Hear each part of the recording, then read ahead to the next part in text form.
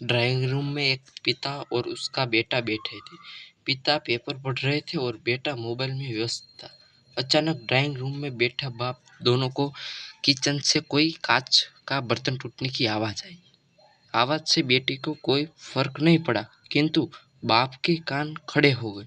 बाप ने तुरंत बैठे बैठे सवालों के तीर छोड़े। क्या टूटा, कैसे टूटा, किसने तोड़ा? पास में बैठे बैठे ने कहा, पिताजी, क्यों अपना बीपी बढ़ रहा है? मैं यहीं से बता सकता हूँ कि कांच का बर्तन किससे टूटा होगा। बाप ने कहा, बेटा, बीपी तो बढ़ेगा ना, क्योंकि वो बर्तन फिर से खरीद कर तो मुझे ही देना पड़ेगा। चलो तुम बताओ, बर्तन किसने तोड़ा होगा? बेटी ने कहा, माँ से टूटा होगा। पिता ने पूछा, क्यों? मेरी बीवी क्यों, तुम्हारी बीवी क्यों नहीं? बेटे ने कहा, मेरी बीवी समझदार है। पिता का मन नहीं माना तो तुरंत किचन की ओर चल पड़े।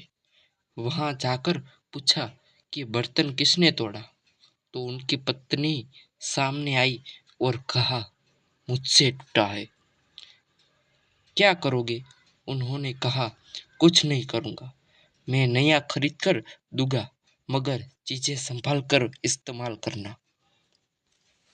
वो वापिस ड्राइंग रूम में जाए और बेटे से पूछा कि तुम्हें कैसे पता चला कि बर्तन तुम्हारी माँ ने तोड़ा है?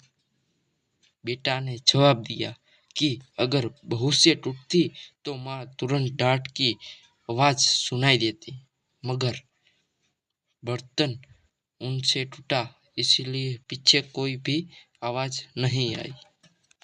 किचन रूम का हल आपको बताते हैं। ससुर के जाते ही बहू ने सास के पैर पकड़ लिए और कहने लगी, मजी, आप बहुत है और हर बार आप मेरी गलतियां छुपा देती है। फ्रेंड्स, आपको यह छोटी पारिवारिक कहानी कैसी लगी? हमें कमेंट में जरूर बताएं।